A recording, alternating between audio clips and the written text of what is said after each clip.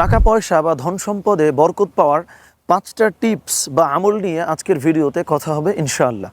প্রথম আমলটি হচ্ছে আল্লাহর উপর তাওয়াক্কুল করা।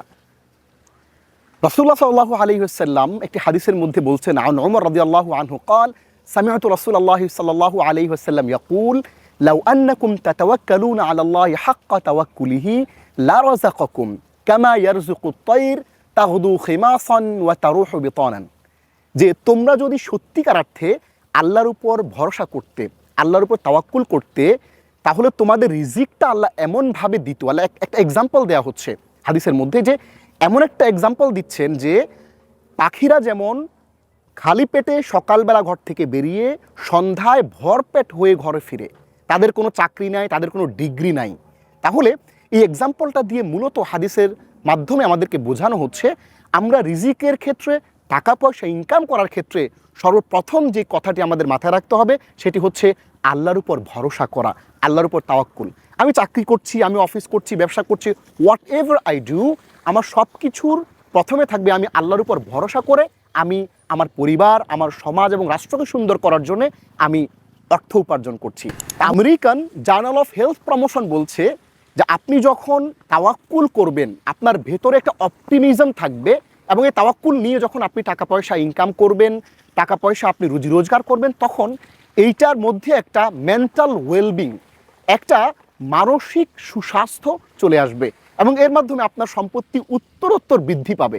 এজন্যে আমরা যে তাওয়াক্কুলের যে বিষয়টি রাসূলুল্লাহ সাল্লাল্লাহু আলাইহি ওয়াসাল্লাম হাদিসের মধ্যে বলেছেন টাকা পয়সা এবং রিজিক বৃদ্ধির জন্য, আমরা কিন্তু এটি আমাদের সবার জীবনে কিন্তু সেট করতে পারি ইনশাআল্লাহ। রিজিকে বরকত পাওয়ার জন্য 2 নম্বর আমল হলো বেশি বেশি ইস্তিগফার পড়া।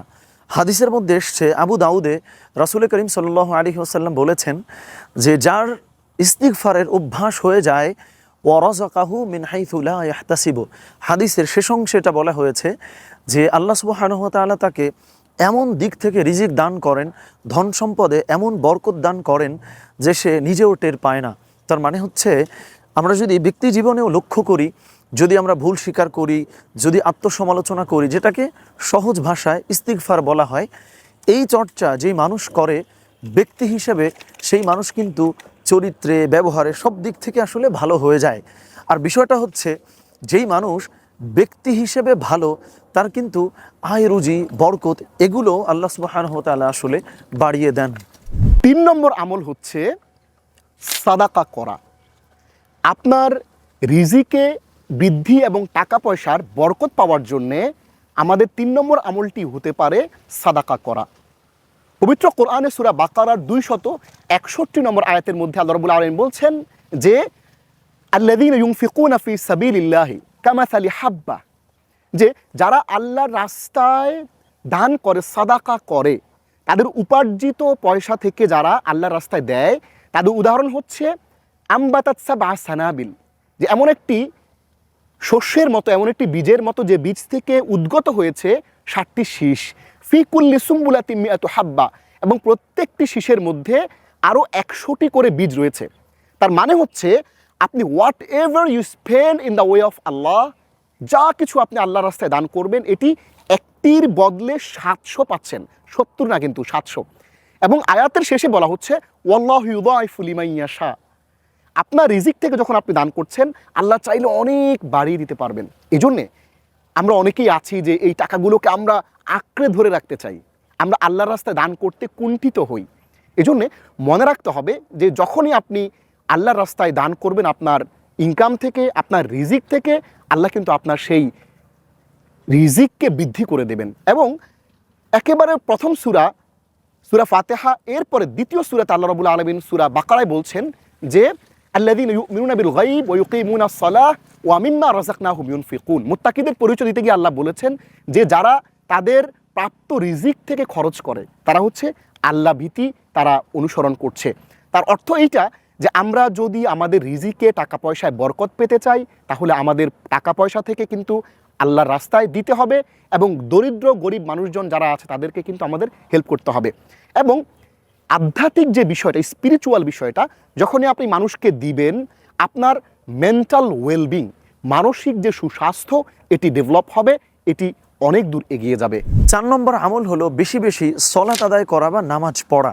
আমরা একটু উদাহরণ দিয়ে বলি, ব্যক্তি জীবনে যেই মানুষটা রুটিন মেনে চলে, ঠিকমতো ঘুমায়, ঠিকমতো ঘুম থেকে ওঠে, কাজগুলো ঠিকমতো গুছিয়ে করে, সে কিন্তু সাধারণভাবেই অন্য যে কারোর থেকে টাকা পয়সায় অধিক বরকতপূর্ণ হয়ে থাকে।